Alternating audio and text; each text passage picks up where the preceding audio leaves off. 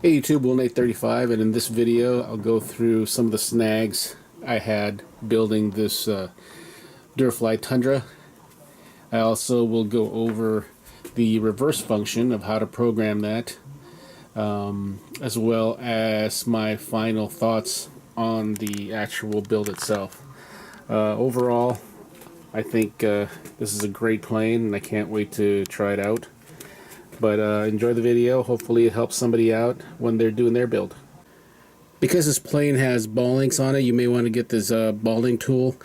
You can get away with not having one, but if you ever need to remove the that linkage, the control arm to from the ball link, you're going to need this to basically get it out.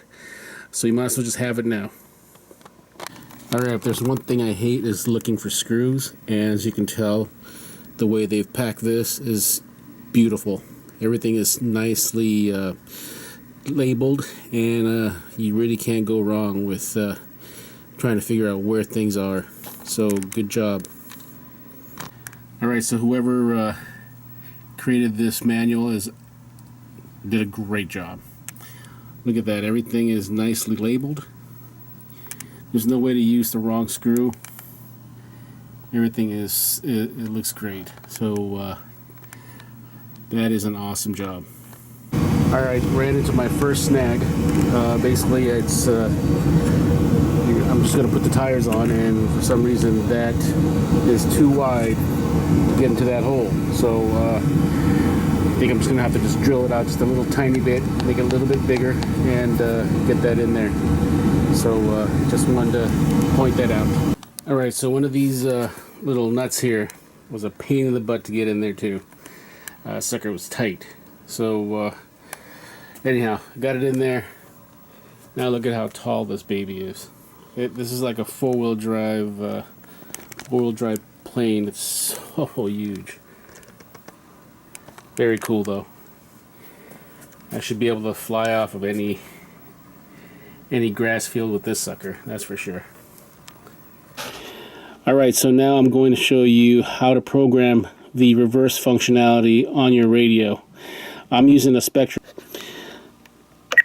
So what you want to do is you want to go to the system setup right here. Click yes. And then you want to go to the channel assign function.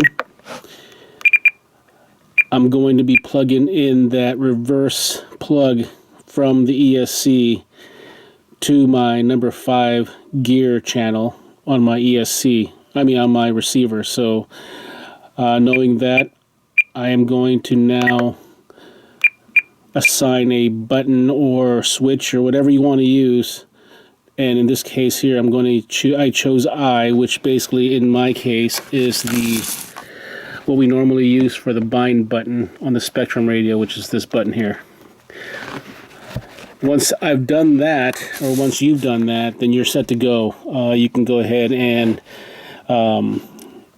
get out of the programming and go to your receiver and plug it in, and I'll show you that next.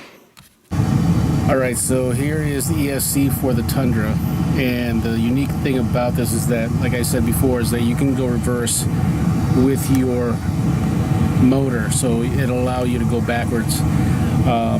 You'll see your normal wire that comes out of here, which is your throttle wire, which has you can see 3 wires coming out of that, and then there's the 2 wires, or the second one right here, that's only orange and brown. That is the wire that you would use to plug in to the receiver into the Gear 5 channel.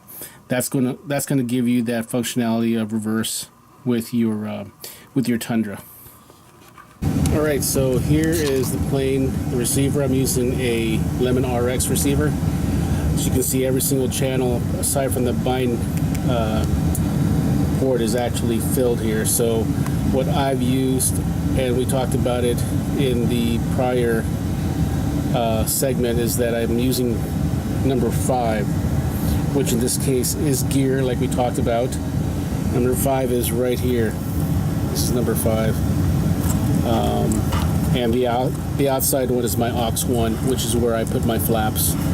So you plug that in there, and you should be ready to go. I'll show you how the reverse functionality works. Alright, so I plugged it in, and I'll show you how to use this reverse functionality. So right now I'm just going to use regular throttle. Okay, and of course you don't want to have a prop on there when you do this, but you can see that it's spinning counterclockwise. Now if I push this bind button on my transmitter, push that down, and now I do the throttle, you'll see that it'll go clockwise. Really easy to do that. And then now I've let go of the bind button. It should go back to normal. There you go. Very easy. Hopefully that helped you. Okay, so here's the final product. She's all done. I've checked the CG.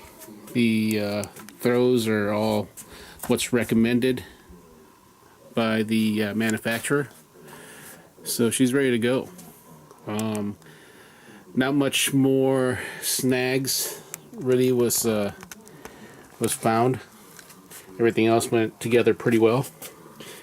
I could have probably did this, or I probably would have finished this thing in a couple of hours, but I like to take my time and not rush things. So overall, the build itself was fairly simple.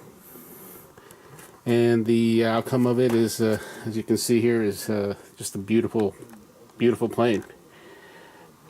So my next thing that I want to do is, at some point when it's not 0 degrees outside, is the maiden flight.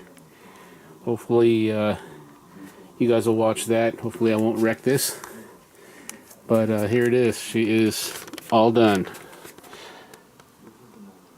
I like the way the shocks are on there, where the landing gear is situated. Looks really cool. So yeah, I did put the battery, to get the CG right, basically as far back as it would go. I don't know if you can see that, but there's a little wall back there that basically the battery will butt up against, and it just velcros down, and that's it. That seems to be the best place, at least for me, with a 2200. Seems to be the best place for the battery to go, so that the CG will be right. Yours could be different, and also if you use a bigger battery, obviously it would change it again. So again, very nice product. Can't wait to fly it. This is Will Nate 35 signing off. Have a good day, everyone.